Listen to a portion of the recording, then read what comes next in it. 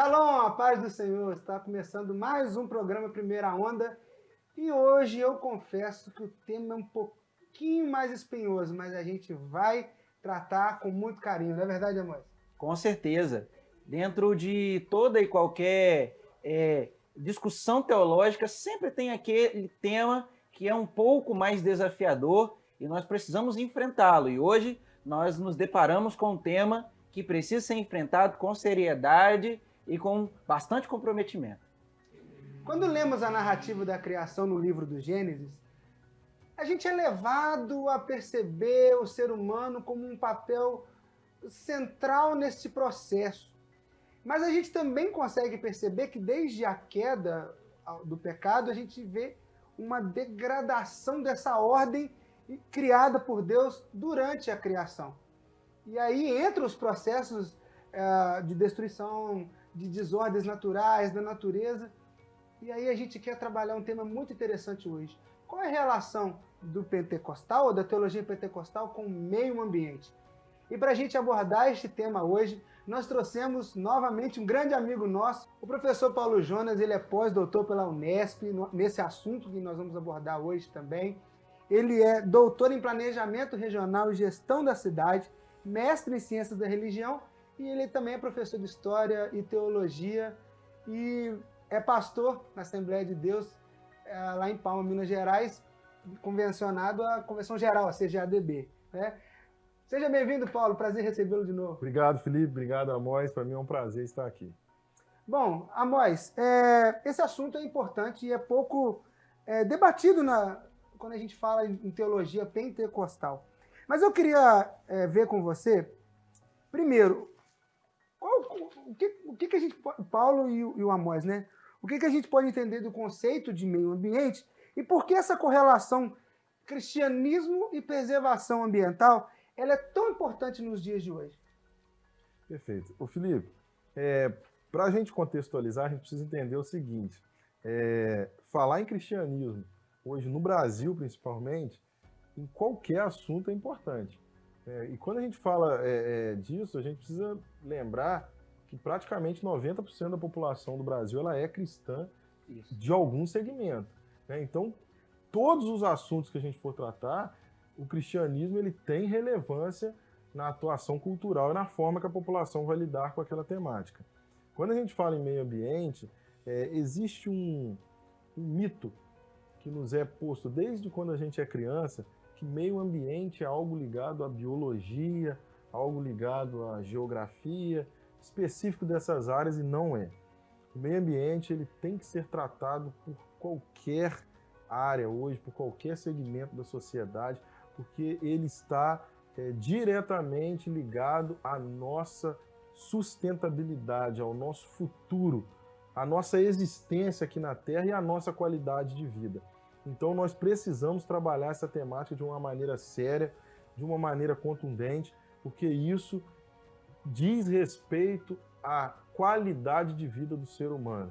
Eu gosto hoje de abordar isso, a sustentabilidade, um prisma cristão, principalmente pentecostal, porque eu tenho certeza que se nós não abordarmos isso, a nossa vida vai ficar cada vez com menos qualidade, né? Estamos vivendo em um mundo hoje onde a gente consome muito, onde a gente pensa cada vez mais, né, em ter, em comprar, em fazer, e a gente esquece, né, que o mundo ele tem um limite.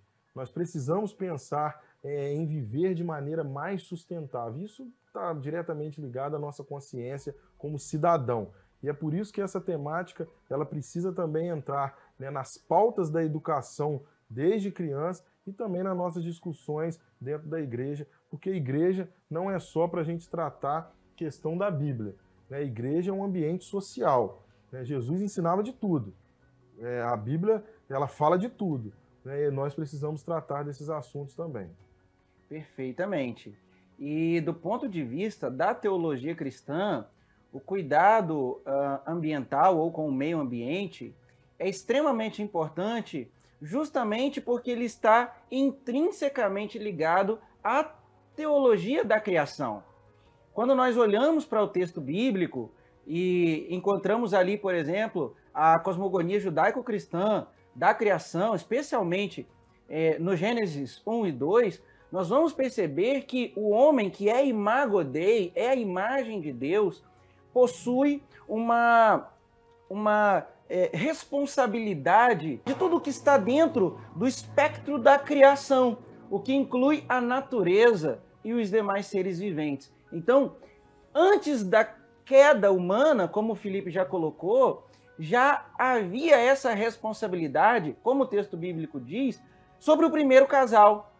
Então, como desdobramento disso, nós cristãos precisamos também trazer de volta, recuperar o sentido bíblico de cuidado integral, não apenas com a vida espiritual, mas o cuidado com o universo todo, que é a criação divina. E aproveitando esse gancho que vocês nos trouxeram aqui, é possível dizer que existe alguma base bíblica para o cristão se apoiar nessa defesa do meio ambiente?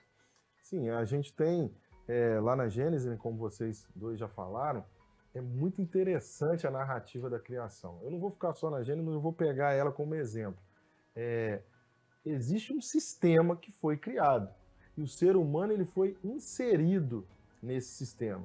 Nós não podemos esquecer que existe uma importância pontuada na criação do sistema que nós entendemos hoje, né, que seja esse planeta Terra. Né? Nós temos ali as plantas, os animais, né, o sistema aquático, todo o sistema ambiental ele foi construído e o homem inserido nele. Então, existe, claro, se nós formos olhar de uma maneira espiritual, existe um protagonismo do ser humano? Sim, é claro, mas isso não nos dá direito de deixar de ver a importância do sistema a qual estamos inseridos. Quando a gente pega todo o ensinamento bíblico, a Bíblia como um todo, a gente pode perceber que o homem ele tem uma responsabilidade do cuidar. E essa responsabilidade ela é ordenada por Deus desde a criação mais uma vez. É tão interessante isso que quando a gente pega o texto, a ideia que toda a tessitura nos dá, ela não é uma ideia de você apenas usufruir. Não é uma selva, não é uma plantação, mas é um jardim. O jardim, ele precisa de cuidado, senão ele não sobrevive. Tanto é que a melhor tradução, né, desse local que Deus criou é o jardim. E nós trabalhamos isso, e isso é conceito absoluto na teologia cristã. O jardim ele precisa de cuidado, o jardim ele precisa de atenção, senão o jardim morre. E é isso que nos é dado na Bíblia, é isso que nós acreditamos enquanto cristãos. Olha que interessante essa perspectiva que o Paulo está nos trazendo, e foi isso que eu dei uma pequena cutucada na abertura do nosso programa, porque, como eu disse, quando a gente lê, a gente é levado a entender esse papel central do ser humano, mas como o senhor lembrou muito bem, existe todo esse sistema que, criado por Deus, como o próprio Deus disse, ele era bom, um sistema perfeito, tudo andava em conformidade, e por causa de uma atitude deste homem que deveria portar, existe o que a gente vê alguns textos bíblicos falar que a natureza clama pela sua redenção. Essa desordem causada não só física, mas também, podemos dizer, de uma forma espiritual, por causa da atitude do homem. E tocando nesse assunto, e aí eu quero jogar para o Amós também, a gente sabe que a teologia a teologia e o meio ambiente, a relação é muito ligada à escatologia. Como essa vertente cristã se posiciona frente a esses assuntos, aliás, não é só assunto do meio ambiente, né? Todos os assuntos relacionados às questões sociais, às questões relacionais humanas, está muito ligado como ele enxerga a escatologia. De que maneira isso se dá? Bom, dentro do espectro do pentecostalismo, existe uma concepção de que esse planeta vai meio que acabar, né? Vai ser desmanchado. Né? Algumas pessoas pensam que nós vamos para um céu que é totalmente distinto ir além daqui, da terra. É muito comum que os cristãos pentecostais pensem que essa terra não servirá para mais nada. E por isso não há necessidade de um cuidado com ela.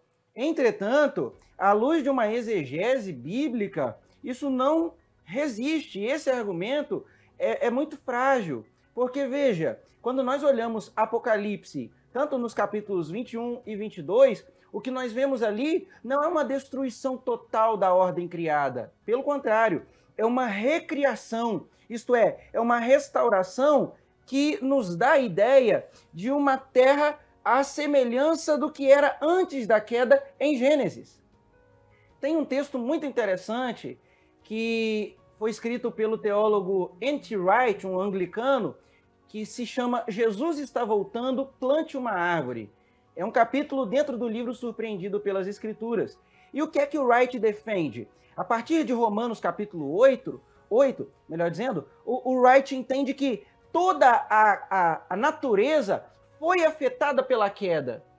Não apenas o ser humano, de um modo que ele precisasse de um socorro salvífico. Na redenção de Jesus, o ser humano recebe sim a graça da salvação, um socorro soteriológico, mas a redenção não restaura apenas a conexão entre o ser humano e Deus, mas a redenção alcança a toda a criação. E é ela justamente que vai colocar uma ordem escatológica no caos que foi criado a partir da queda. Então, sim, nós precisamos, como pentecostais, recuperar essa visão de que a criação será restaurada, porque, com certeza, isso vai nos ajudar a lidar melhor com a sustentabilidade e o cuidado com relação ao meio ambiente hoje. Perfeito. Essa questão, Amós, é interessante que o modo que a gente vive, ele é tão ligado, o ser humano e o planeta é tão interligado, é um sistema tão bem construído, que as ações de um, elas vão refletir na qualidade de vida de outro, como você falou. E a gente precisa entender o seguinte, infelizmente, principalmente o clamor sobre a volta de Cristo, Jesus está voltando, não é aqui o nosso lugar. Isso deixou que principalmente os cristãos da linha pentecostal, né, como nós somos, esquecesse um pouco do modo de lidar com o planeta.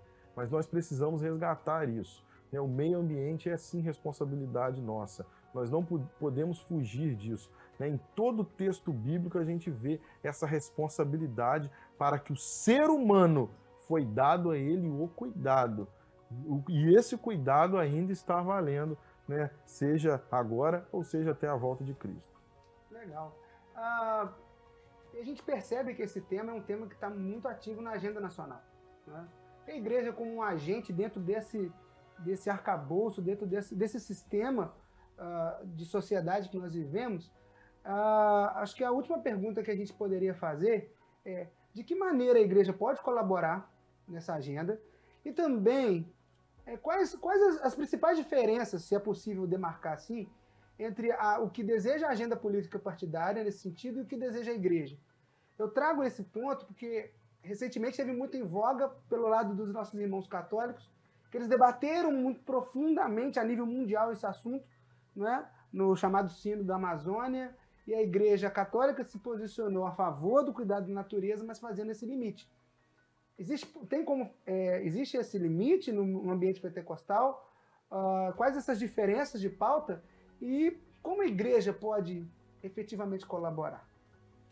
Olha, Felipe, eu acredito que quando a gente fala dessa questão do meio ambiente, como eu falei, é uma responsabilidade enorme. A pregação na igreja, às vezes ela está voltada, Amós, apenas para uso e costume, texto bíblico, cultura judaica, cultura cristã. Isso é uma pena. Porque, na realidade, quando a gente vê, a Bíblia manda a gente ensinar.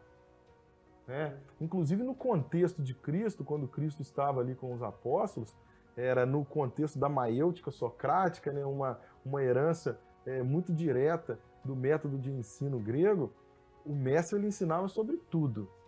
Sobre tudo. A gente vê que Jesus, ele era procurado nos momentos mais complexos.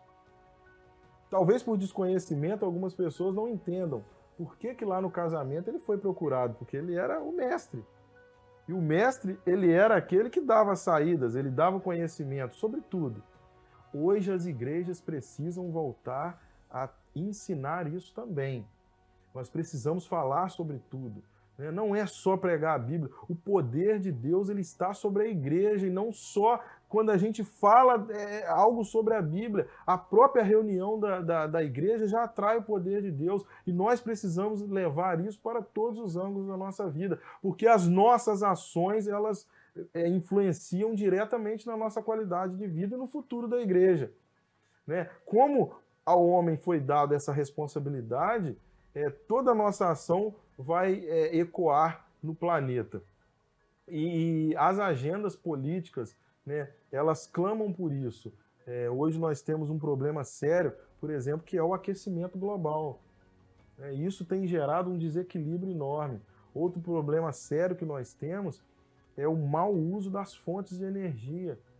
Nós vivemos hoje um momento onde as fontes de energia elas são as coisas mais preciosas que nós temos. E a igreja não trata desses assuntos, infelizmente, por a gente acreditar, às vezes, que isso é função da biologia. Não, isso é função da sociedade. E nós não podemos esquecer, Felipe, nós somos cidadãos do céu, mas por enquanto nós estamos vivendo na terra. Então precisamos cuidar da terra. Uma coisa interessante, o Craig Keener, um teólogo pentecostal norte-americano, ele relata que ele tem a impressão de que os pentecostais são escapistas, ou seja, eles se desvencilham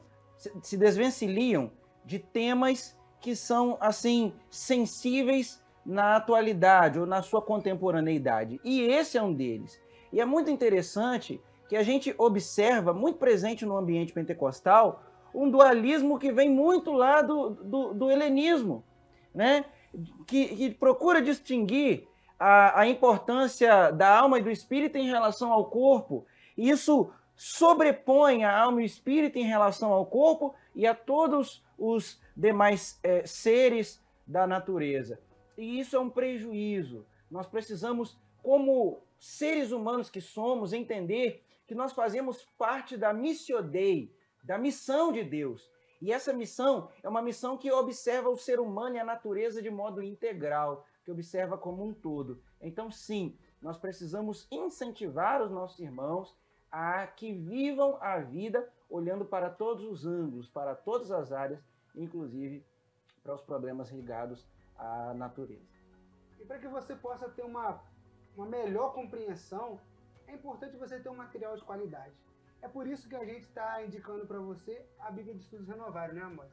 Perfeitamente. A Bíblia de Estudos Renovari, ela aponta para nós o que a tradição cristã disse ao longo de 2000 anos a respeito da espiritualidade. Então, se você quer desenvolver a sua espiritualidade cristã de modo saudável, essa Bíblia com certeza vai te abençoar muito. E para você adquirir ela, você só acessa o QR Code que você está vendo na sua tela e você pode adquirir esse material que é de qualidade, feito com muito carinho, por teólogos muito conceituados. Eu tenho certeza que vai ser bênção para a sua vida. Chegamos ao final de mais um programa.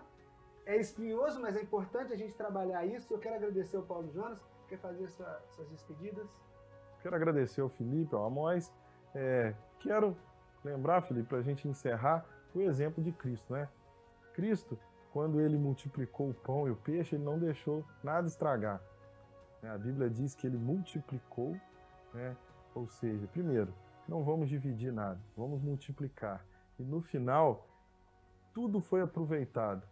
Essa lição a gente precisa aprender. Vamos aproveitar mais, vamos poupar energia, vamos gastar menos e vamos poupar o nosso planeta, porque isso vai refletir na nossa qualidade de vida. Espero que você tenha crescido mentalmente, espiritualmente, nesse tema, que tenha sido bênção para a tua vida.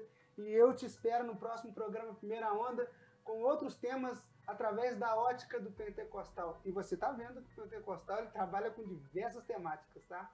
Um grande abraço para você, fique com Deus e até a próxima.